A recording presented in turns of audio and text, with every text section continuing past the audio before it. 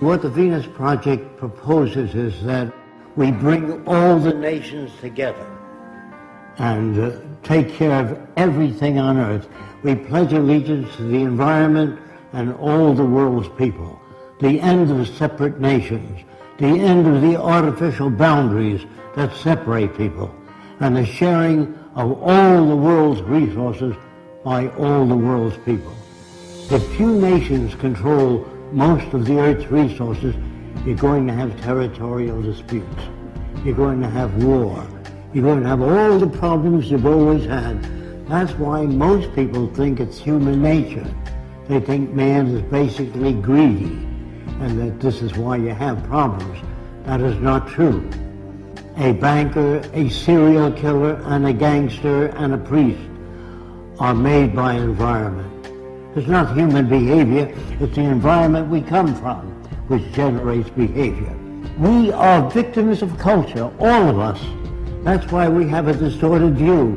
We believe that some people are good, some are bad, some are creative, some are less creative. All that's bunk. Everyone can be creative. Now they tell you in your schools that plants grow. That's a lie. They need water, sunshine, soil, moisture, gravity, all those things. Without them, the plant doesn't move. There is nothing in the earth today that is not acted upon by resident forces. And your language was designed hundreds of years ago. That's why we can't talk to each other. We talk at one another, not to one another. A lawyer is a guy that takes language, twists it around to any way he wants to. If he's skilled at it, he can knock you out, put you in jail. A lawyer would be considered a criminal in the future.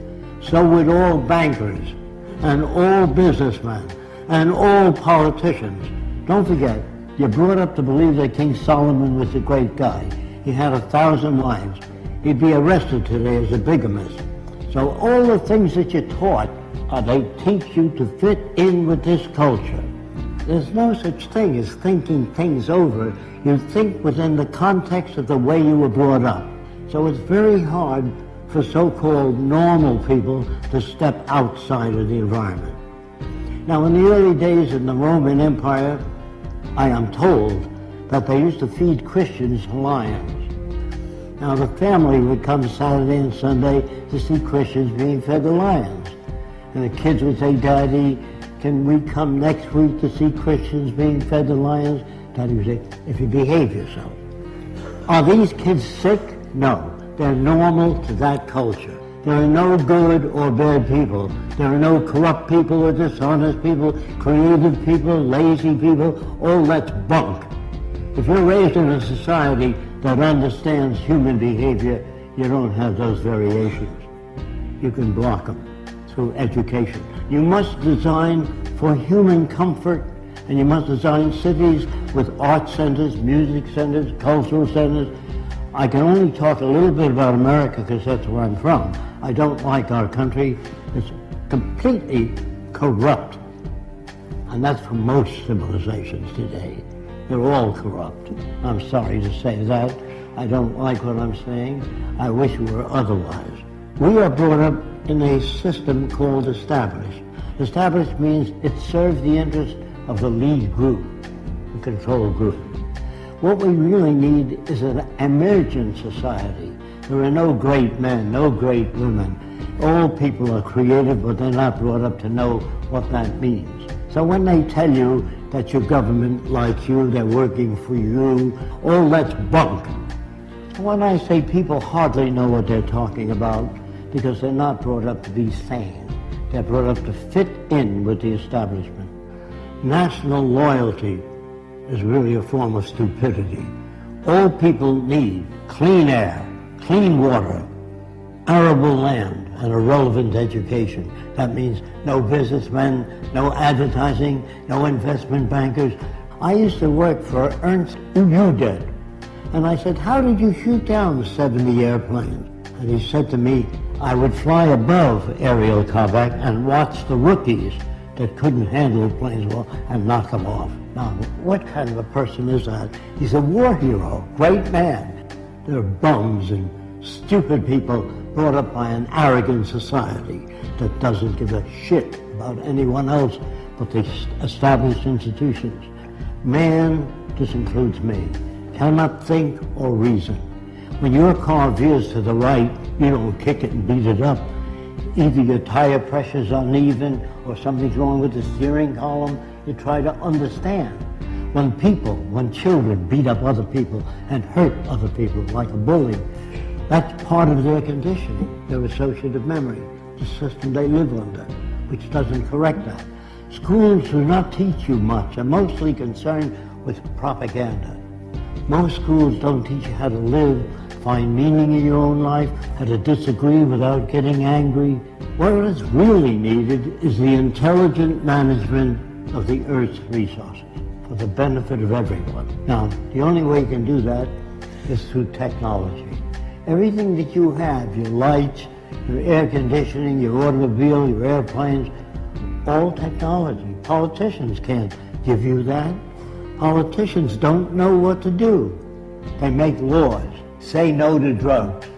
Well, that's not going to stop a person from selling drugs as long as there's money in it. But if you do away with the money system and build access centers where anyone can have access to the necessities of life without filling out a million forms or appealing to Fresco, it's all available to everyone. Go to your big department stores or your food stores, you'll see lots of stuff. We are now capable of producing an abundance. People say to me, I know two people from the same environment. One turned out to be a priest, the other a gangster. If environment is everything, how do you get those differences? You get those differences by playing with the youngest child, 4 years old, while the 7-year-old stiff. That's where jealousy comes from. It comes from poor manipulation of the variables. If you grade children in school, you hurt the other kids. I got an A, what did you get? F, failure. You know, all of us, by the way, are prostitutes in this system. If you sing and you sell toothpaste, you're a prostitute. If you get up and you say, I got just the house you're looking for, you're a prostitute for the establishment. So there's no good or bad people now. We're perfect reflections of the culture we live in. Again, I'm sorry about that. How can you pray to a God? How can you talk to God? They think, due to ego problems, that they're specially selected. The Jews are God's chosen people. The Germans are the master race. You know, all these little egocentric people think that they're put here to lead the world into a better direction. Galileo found seashells on the mountaintop. He took it to the Catholic Church, and he said, maybe the mountain was once under the water and was pushed up. And the church said, no, the devil put that stuff there to confuse you. So the world you live in is as full of shit as a Christmas turkey. And you're not about to talk to people and turn them around. You have to demonstrate it. So I don't say science is perfect, but it's closer to our problems than any other system. People really don't know what to do, so they put up a sign, thou shalt not steal, don't be dishonest. That doesn't change people. All money systems, as they begin to collapse and change, they move toward fascism. It's part of the history of civilization to move in that direction. The wealthy people try to protect what they have. I went to the South Seas when I was 21. Everybody on the island was nude, except when men climbed trees, they wore kind of a jockstrap to prevent their balls from being caught in the branches. So everybody walked around nude. And the interesting thing about it is I never saw a native stare at a girl's body, only her eyes. When you talk to a woman, you never say, hey, get a load of that chick. That's what you get in civilization. You cover the girl. If people swam nude when they were this high, you couldn't sell pictures of a nude girl. Do you understand that? I get to know the natives so well, I watch them make love. And they stroke the whole female, the top of her head all the way down. They had no fetishes. There were no tit men, leg men, ass men. All that's made by culture. And if you don't use that kind of language around women, you can't become equal to one another. So you have to tell them how men think. That isn't how they think. That's how they're brought up. When guys poke each other, hey, get a load of that chick, you know. That is learned in the culture. In the islands, they never did that. It's like you stroking a dog. You stroke the whole dog. You don't stop at the balls. You stroke the whole dog. Understand? I'm not your enemy. I'm not trying to hurt you. I'm trying to tell you that if we use science and technology, everyone will be given the best opportunity so that we can bring out the best in every human being.